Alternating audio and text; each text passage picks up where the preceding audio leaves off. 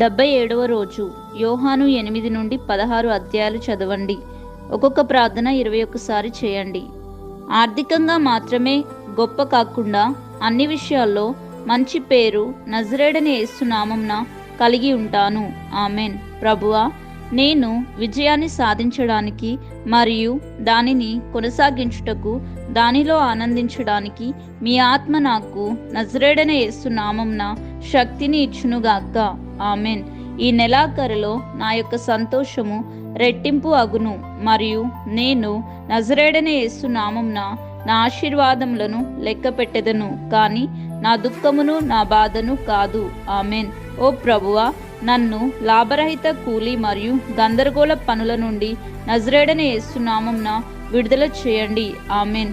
నేను నా యొక్క విత్తనాన్ని వృధా చేయను మరియు నేను మంచి సారవంతమైన పంట ఇచ్చే భూమిలో విత్తనాన్ని నాటుటకు దైవిక సహాయము నజరేయుడైన యేసు నామమున పొందెదను. ఆమెన్.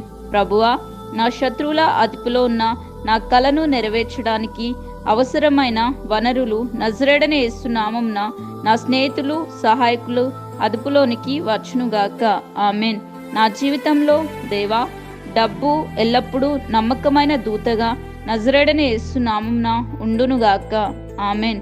దైవిక సహాయము, విదేశ లాభాలు నుండి వచ్చిన సహాయం రెండు కలిపి నా బిల్లును పరిష్కరించునుగాక మరియు ఈ సంవత్సరం నా ఆశయాలు నజరేయుడైన యేసు నామమున నెరవేర్చునుగాక. ఆమెన్. నా జీవితం మరియు పరిచర్య ప్రారంభం నుండి నా పెట్టుబడులు మరియు శ్రమలన్నీ నజరేయుడైన యేసు నామమున పూర్తి లాభాలను పొందడం ప్రారంభించునుగాక. ఆమెన్.